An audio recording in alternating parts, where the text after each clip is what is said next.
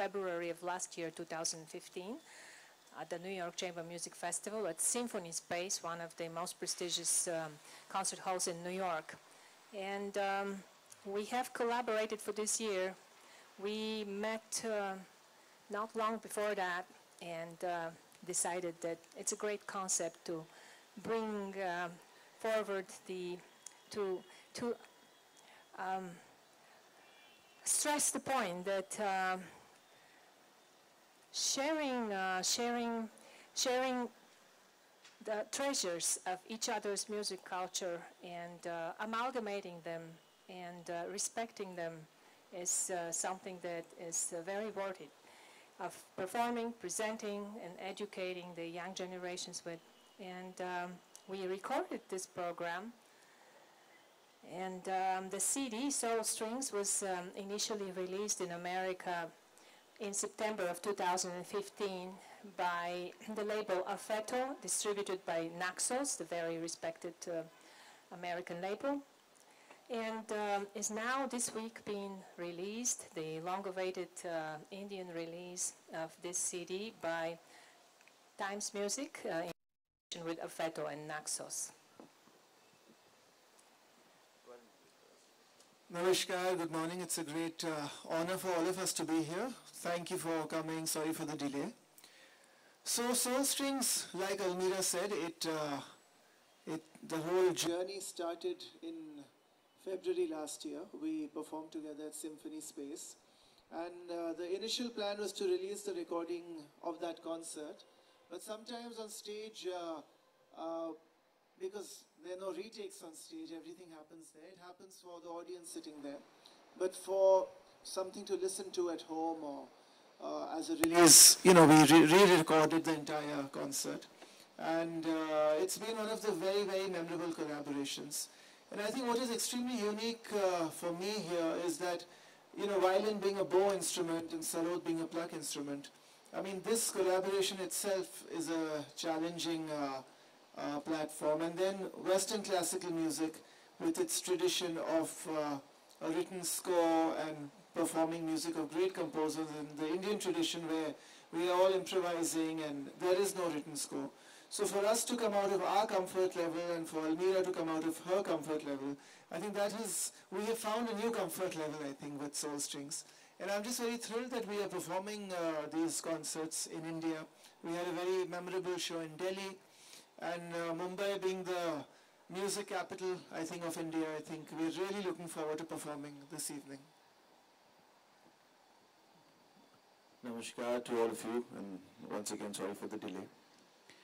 I think Elmira and Ayaan have covered most of it, but I would like to say, when you talk about collaborating, lately what's been happening, it's all about too much of loud music, or it's not about two Indian instruments and four Western instruments and you put it together and it becomes a fusion when there's just too much of noise. I'm not saying that what we are doing is the best, but that's where we are working towards that. But I feel when we talk about Western classical and Indian classical instrument, to start with, it's acoustic. Western music is all about acoustic, natural sound from the instrument as to plugged instruments or to plug a sarod. So we're enjoying the natural sound of these instruments. So, and I think it's more melody oriented than just loud, going very loud and going noisy. And we're not playing just to, we're not playing to the gallery. We're trying to create some good music and going back what it used to be back in the 40s and 50s when Indian musicians used to collaborate with Western classical musicians. So please, I would invite all of you this evening, if you all are free and don't have too much work pressure, please do come and experience this beautiful amalgamation of music. I think also what's very important is that with these days so much work is happening, people are doing some great projects, but I think just performing together is not the answer. What you are doing together, it has to be collective. and what is the role of one performer, the other performer, the third performer. It needs to sound beautiful. There has to be a connection. There has to be a journey to any kind of collaborative project that you're doing. So in this case, I feel very happy to see that there is a destination, there is a journey, and we are taking different routes. And we've tried our best to, I think, make this as collective as possible. Well, also, on a more global level, this confirms how, with all the differences that we have as artists, because we're totally different in all kinds of aspects. We're from different gender, different age groups, different places of origin, different religions, different backgrounds, different upbringing, different musical systems. And yet the differences do not divide us, they actually unite us in this quest for amalgamation and for collaboration. And the final result, which is the magical music that ensues, is what matters. And these results are what we strive to achieve. And in our goal and our mission to bring beauty and the magic of music to the world, we are happy that we are collaborating, and we hope that we are succeeding on all kinds of levels, not just musical, but also in other aspects. Yeah, I think Elmira made a very important point that I think we're very fortunate that music actually unites the world. I mean, in times that we live in, whatever is happening all around the world, it's so unfortunate. So I hope through music, we can convey the message through projects like this, that, we are all one big family of human beings, and I think we should just eat, pray, love, and play music.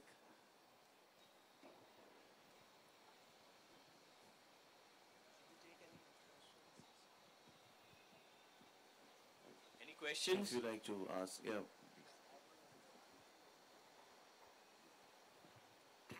Firstly, let me congratulate you on doing such a beautiful job. Thank you. And Elmira, you rightly said that the treasures of each other are to be respected, amalgamated, and you are uniting the world with music. That's an excellent thought. So, having said that, I just want to know, since when are you collaborating? Since last year, how many events have you done together? And how was the response? And which are the places that you have already?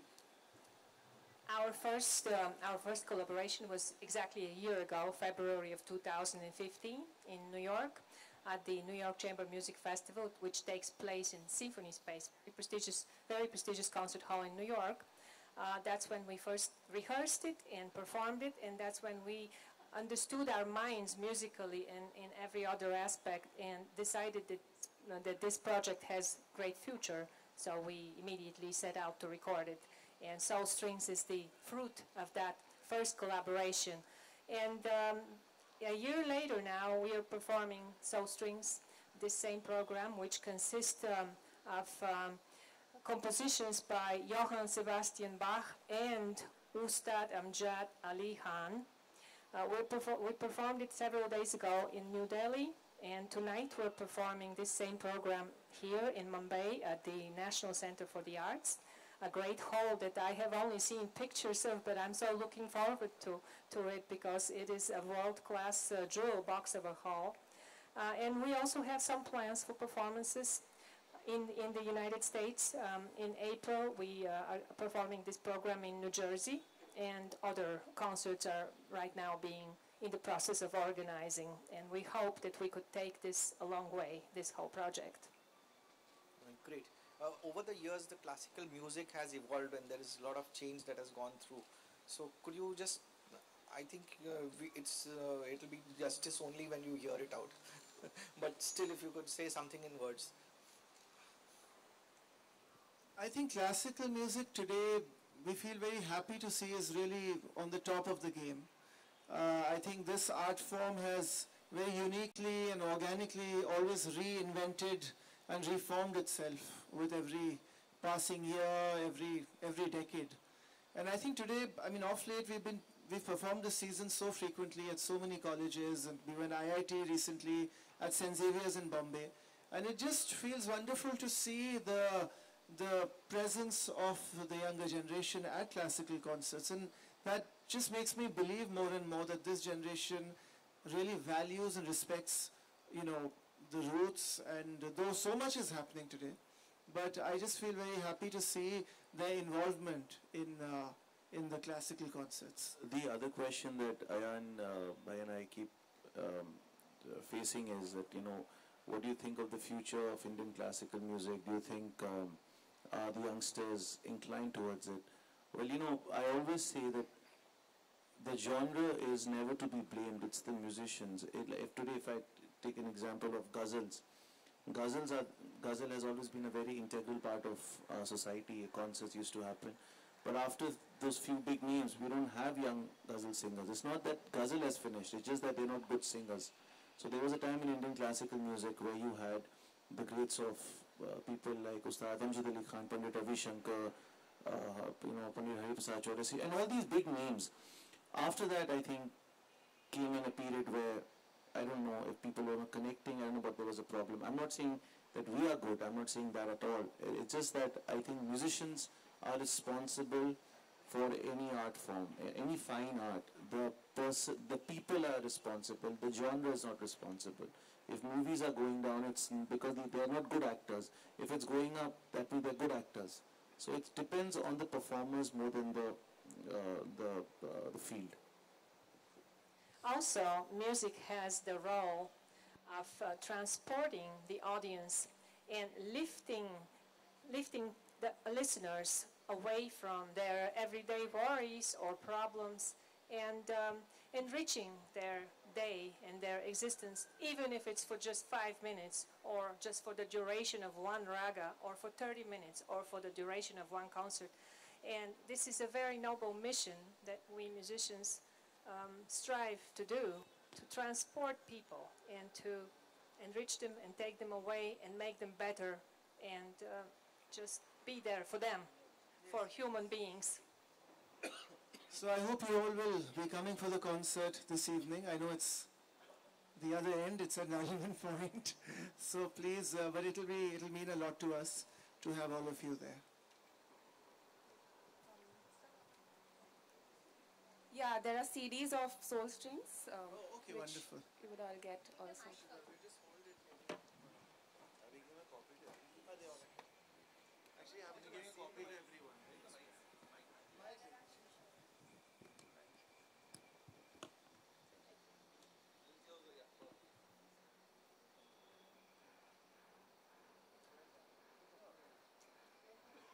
হাত লাগাতে